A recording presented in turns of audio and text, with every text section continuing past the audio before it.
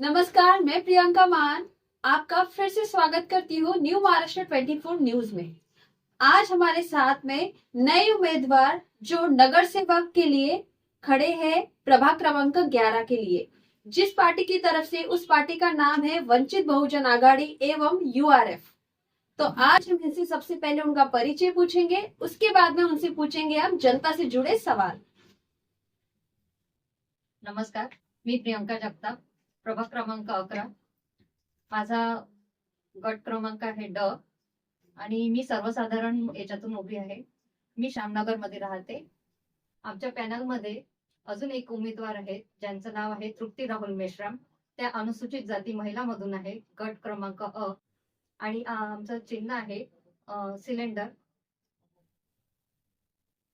मी सौ निर्मला सुदाम बोरकर, माजी नगरसेविका, रुक्मिणी फ्रेजरपुरा रुक्मिणी नगर, प्रभाग क्रमांक 11 आणि सर्वसाधारण महिला क प्रवर्गातून मी उमेदवारी दाखल केली आहे आणि माझं चिन्ह आहे सिलेंडर आणि 5 नंबरचं बटन क्रमांक आहे. मैं सलीम मीरावाले, फैजलपुरा रुक्मिणी नगर, प्रभाग क्रमांक 11, इतर मागास वर्ग कैटेगरी ब से मैं उम्मीदवार हूँ. मेरी पार्टी है वंचित बहुजन आघाड़ी. धन्यवाद आप सब लोगों को। सबसे पहले मैं आपसे सवाल करना चाहती हूँ कि आपने क्यों चुना राजकारण? आज मैं अपने प्रभाग में देख रही हूँ कि बहुत गंदगी फैली हुई है और जो नाली की परिस्थिति है अभी देख रही हूँ मैं, वो बहुत विकट है. तो इसके लिए कुछ उपाय योजना तो करना ही पड़ेगा, उसके लिए स्वच्छता करना है. तो इसलिए मैं राजकारण में आई हूँ. आप इस क्षेत्र में नए हो या पहले से ही आप जुड़े हो? मैं नहीं हूँ. तो आपको क्या लगता है कि जनता आपको चुन के लाएंगी? अगर जनता ने मुझ पर विश्वास रखा तो मैं जरूर चुन के आऊंगी. पहले से पुराने लोग हैं इसमें, आपको लगता है कि आपको चुन के लाएंगे वो? वही ना, जनता ने अगर मुझे पसंद किया तो मैं चुनकर आऊंगी. धन्यवाद. आपसे पूछना चाहती हूँ मैं कि आप पहले भी माजी नगर सेविका रह चुकी है, आपने क्या क्या कार्य किया है? मी पहिल्यांदा माजी नगरसेविका राहिलेली आहे, तेव्हा मी समाजाचे भरपूर कामं केलेले आहे.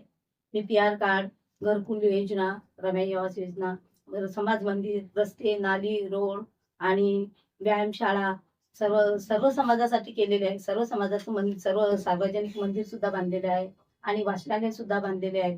रोड, रस्ते, नाल्या हे तर माझे कामच होतं. समजा माझी ती जबाबदारी म्हणून मी ते पारच पाडले होते आणि त्याच्यात माझा म्हणजे एक उद्देश असा होता की जे आमच्या मैदानामध्ये सिद्धार्थ मैदान आहे, त्या सिद्धार्थ मैदानाला क्रीडा नगरी बनवायचा हा माझा संकल्प आहे. आणि हीच क्रीडा क्षेत्राच्या माध्यमातून जे युवक, नवीन युवक हे व्यसनाधीन जात आहे आणि आपण या क्रीडा क्षेत्राला जपलं आणि क्रीडा क्षेत्राच्या माध्यमातून हे युवक घडविले तर ते नशा आणि व्यसनापासून मुक्त राहतील आणि त्याच क्रीडा क्षेत्राच्या माध्यमातून सरकारी नोकऱ्यावरती रुजू होतील असे मला त्यांना घडवायचे आहे आणि त्यांना मला घडवायचे आहे. आणि याच माध्यमातून मी जेव्हा माझी नगरसेविका होती त्यावेळेस या महिला सक्षमीकरणाच्या माध्यमातून मुली सरकारी नोकऱ्या लागलेल्या आहेत आणि माझे मिस्टर 1995 पासून मी त्यांना बघत आहे. 1996 पासून बघत आहे, 95 ते 96 पासून की पूर्ण मैदान सांभाळत आहे. त्या मैदानावर महानगरपालिकेचा म्हणजे कब्जा आला होता आणि ते मैदान त्या महानगरपालिकेच्या ताब्यात जात होतं. तेव्हा त्या मंडळाला वाचवण्याचे काम सुदाम बोरकर यांनीच केलेलं आहे आणि त्या मैदानावर म्हणजे कुठली तरी ते एक कंपनी कंपनी टाकत होते आणि त्या कंपनी जर त्या वस्तीमध्ये किंवा त्या प्रजेपुरामध्ये जर झाली असती तर पूर्ण वातावरण चेंज झालं असतं आणि सर्व वस्तीचं किंवा नागरिकांचं आरोग्य हे खराब झालं असतं. म्हणून त्या मैदानाला वाचवण्याचे काम मी सुदाम बोरकर यांनी केलेलं आहे आणि तेव्हापासून आम्ही मैदान सांभाळत आहोत. आणि आता या मैदानाला सांभाळण्याचं म्हणजे नुसतंच माझ्या फ्रेजरपुरा परिसरातील सांभाळायचं असा माझा उद्देश नाही, पण ज्या म्हणजे प्रभागात खाली मैदान आहे त्या मैदानाला डेव्हलप करण्याचा सुद्धा संकल्प आमचा आहे आणि त्याला आम्ही पूर्ण करू आणि तिथून सुद्धा खेळाच्या माध्यमातून युवकांना व्यसनाधीन जाण्यापासून थांबवू. आप इस क्षेत्र से पहले से जुड़े हुए हैं, आप कुछ कहना चाहती हैं हमारे जनता से? अब देखिए, मैं करीब मेरा 30-35 वर्षों का समाजकारण है और कमोबेश उतने ही वर्ष मुझे राजकारण में आए हुए। राजकारण में आने का मकसद ही यह था कि सामाजिक समस्याओं को निपटाने के लिए राजकारण में आना जरूरी है। राजकारण में आने का मेरा मकसद कोई मतलब लीडरशिप लेने का नहीं था, लेकिन हमारे आसपास हमारे परिसर के कई समस्याएं जो है उन समस्याओं को निपटाने के लिए राजकारण के सिवा दूसरा पर्याय नहीं है।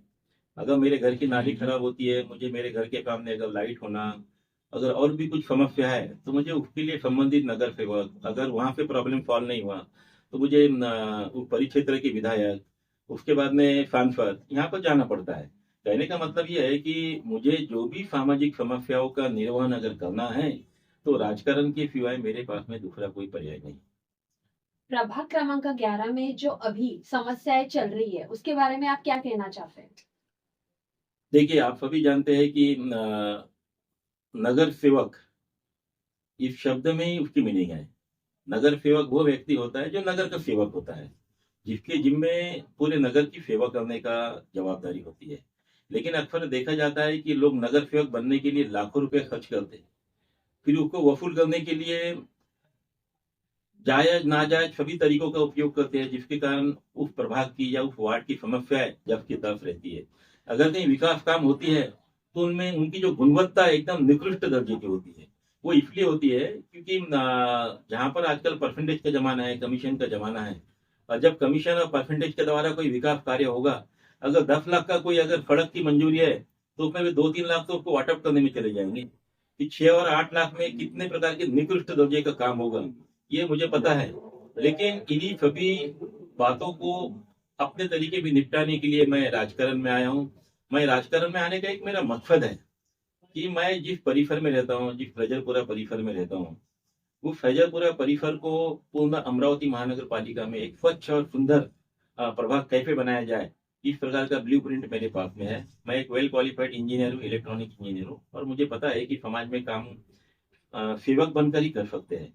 अगर आप समाज के मालिक बनकर करोगे, अगर आप नगर सेवक बनने के बाद में ऐसा लगता है कि 1 साल के अंदर नगर सेवक के यहाँ पर कार आ जाती है, घर आ जाती है, तो ये कहाँ पे आता है, जबकि उसका मानधन 10 या 15 हजार होता है।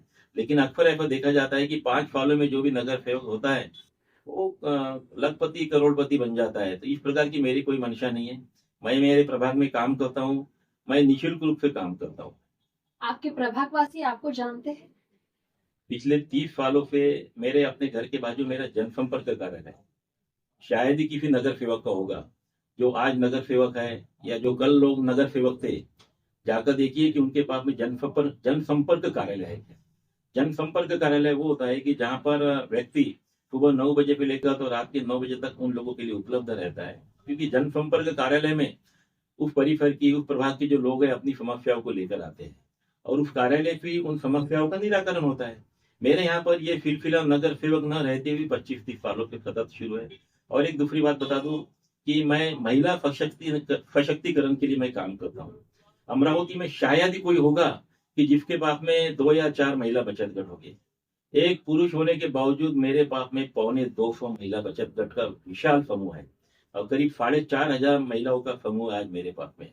और इतना समूह तैयार करने के लिए मैंने 20 से 25 साल तक अथक मेहनत किया है और जनता की सेवा, यही मेरी पहचान है।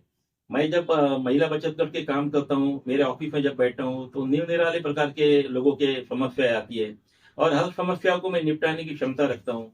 और मेरे यहाँ पर एक ही बात है कि मेरे यहाँ पर सारे काम निःशुल्क होते हैं। मैं किसी भी चीज का चार्जेस नहीं लेता हूँ। महिला चाहे चाहे महिला का बच्चा हो, चाहे महिला हो, चाहे उसकी माँ हो, कभी मुझे सर, भैया या मामू करके पुकारते हैं। और प्रभाग में ऐसा कोई व्यक्ति नहीं है कि जो मुझे जानता पहचानता नहीं, लेकिन मेरी जो पहचान है फिर मेरी काम ही मेरी पहचान है। आपको क्या लगता है अगर आप चुन के आते हैं तो अगले 6 महीने में आप क्या करेंगे आपके प्रभाग के लिए? सबसे पहले देखिए, महानगर पालिका में जाने के बाद महानगर पालिका मुंबई प्रांतिक अधिनियम का अभ्यास करना पड़ता है। ऐसा नहीं कि आप 6 महीने जाकर वहां पर कोई एकदम आसमान पे तारे तोड़ कर लाते। जो लोग ये दावा करते हैं कि मैं 6 महीने में अमुक कर दूंगी, ढमुक कर दूंगी, दावे आने के, मैं भी बड़े बड़े दावे कर सकता हूँ, डुबावने दावे कर सकता हूँ, लेकिन मुझे पता है मैं क्या करना हूँ। मैं आपको बता देना चाहता हूं कि नगर सेवक बनने के लिए मैं 25 वर्षों के प्रयास कर रहा हूँ। हर 5 साल में मेरे पास में मेरा अपना ब्लूप्रिंट रहता है, मेरे अपने काम करने का एक मैंने तैयार करके रखा है कि मुझे किस तरीके पे काम करना है। जनरली क्या होता है कि नगर सेवक बनने के बाद में जो नगर का सेवक होता है वो वोट मांगने के लिए जिन जिन के दरवाजे पर जाता है उसके बाद में दोबारा कभी वहां पर दिखाई नहीं देता है। लेकिन मैं ऐसा व्यक्ति हूँ, मैं 3 बार चुनाव हार चुका हूँ। चुनाव हारने के बावजूद भी मेरे कामों की फिलफिली में कहीं कोई रुकावट नहीं है। 2012 में मैं मात्र 6 मतों से पराजित हुआ। 6 मत किसको कहते हैं?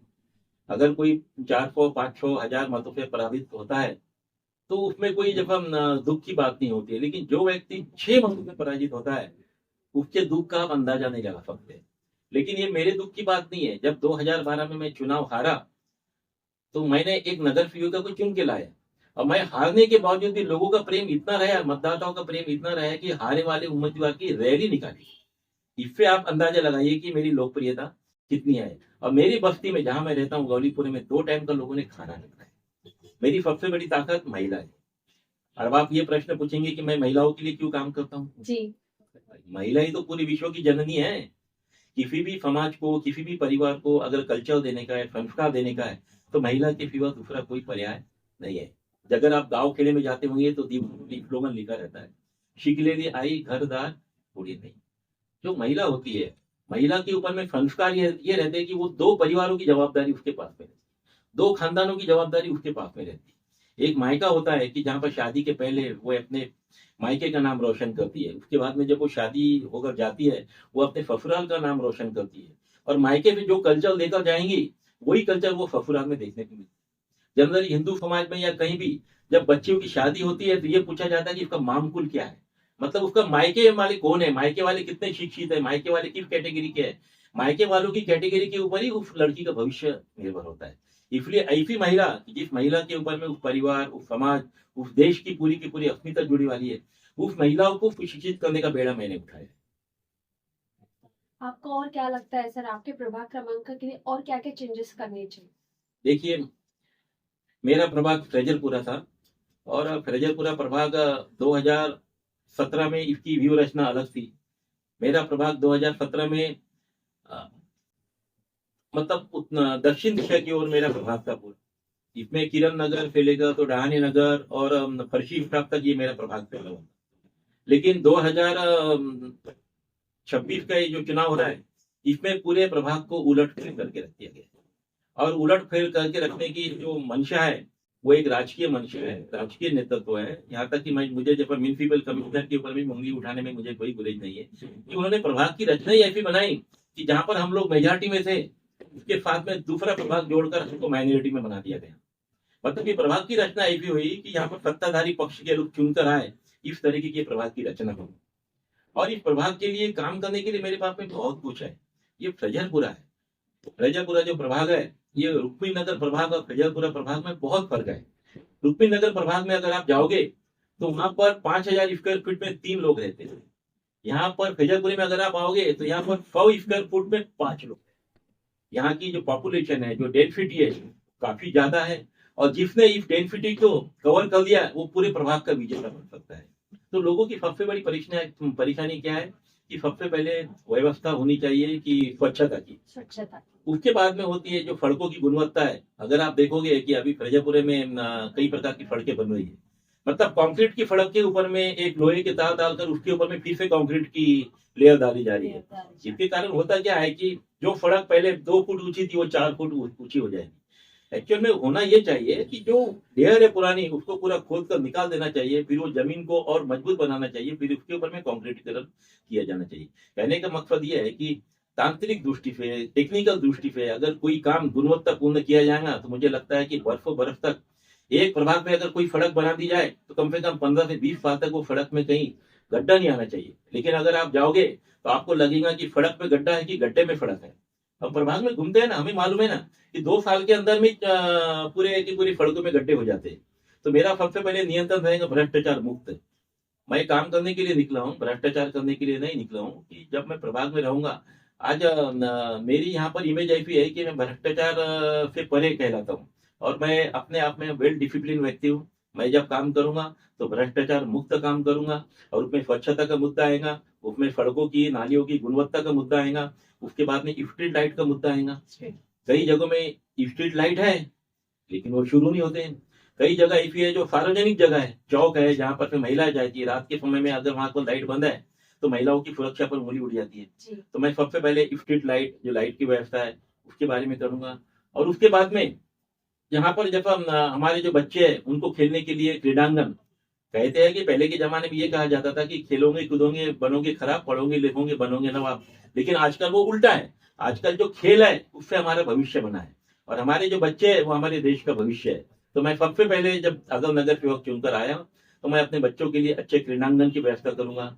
आज बहुत सी जगह ऐसी है, जैसा हमारी मैडम ने अभी बताया, इनके यहाँ पर बहुत अच्छा क्रीडांगन है, लेकिन सभी जगह में क्रीडांगन नहीं है। तो जहां पर भी E क्लास की जमीन होती है जो बच्चों के लिए खेलने के लिए आती है, तो मैं प्रयास करूंगा गवर्नमेंट से कि बच्चों को खेलने की जगह दिलाओ।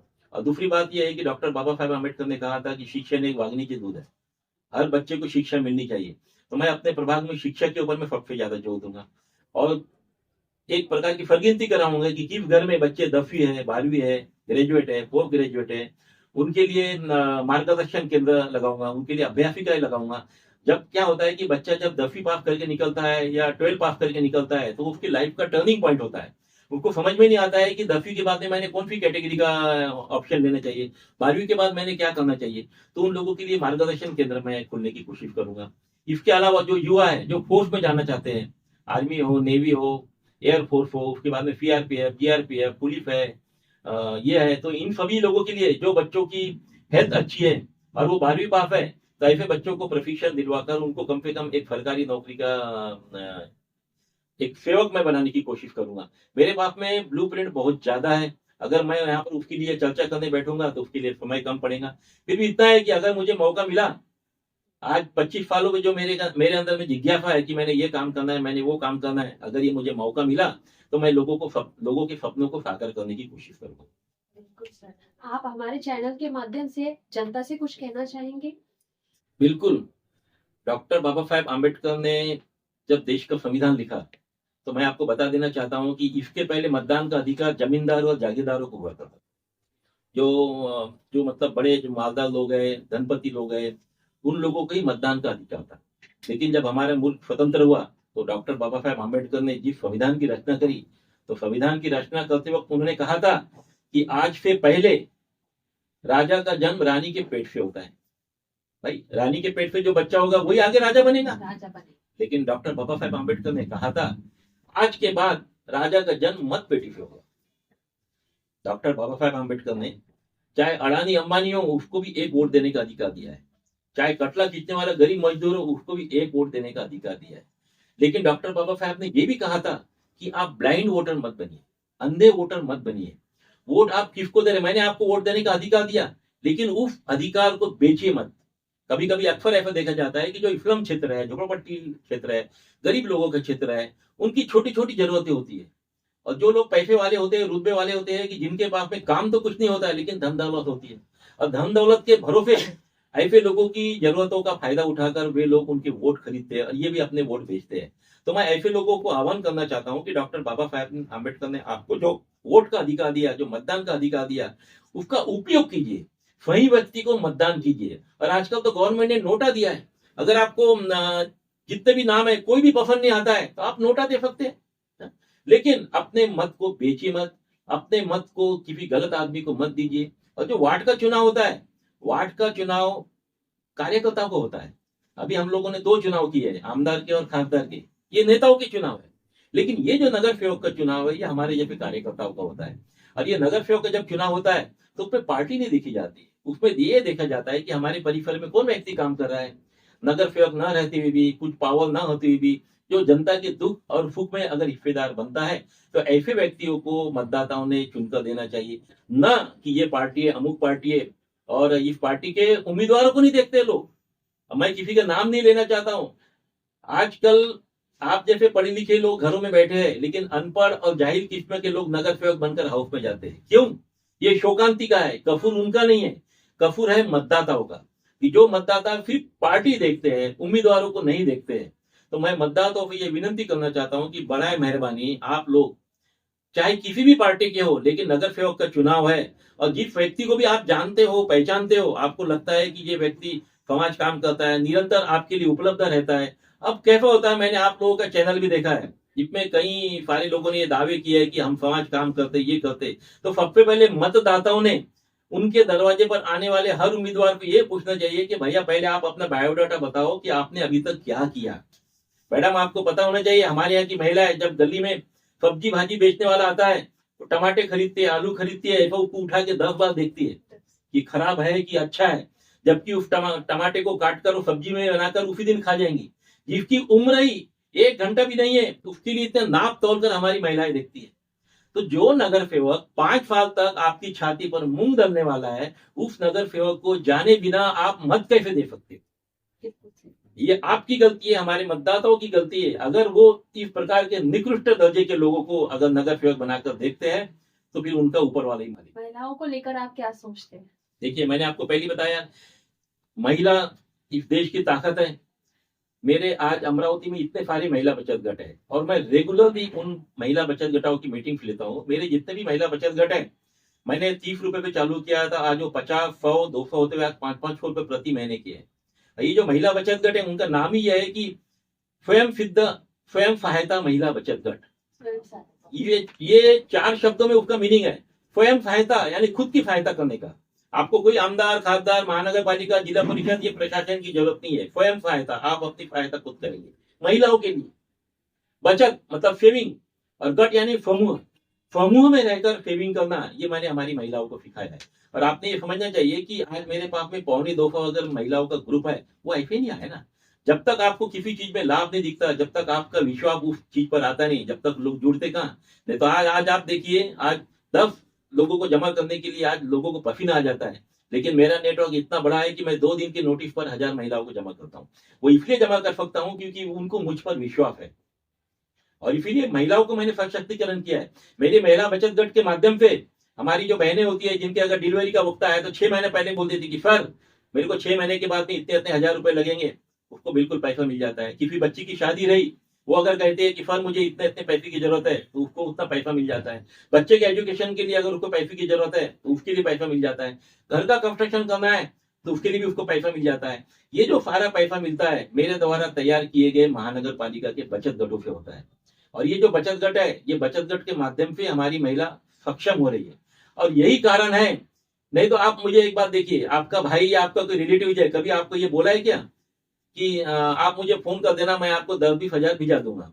आजकल दुनिया में ना बाप बड़ा ना मैया, सबसे बड़ा रुपया। पैसे का काम सिर्फ पैसा करेगा, लेकिन जिस तरीके से हमारे जो रुपया है, रुपया में गवर्नर के दस्तखत के साथ में एक स्लोगन लिखा है कि मैं धारक को इतने इतने रुपए अदा करने का वचन देता हूँ।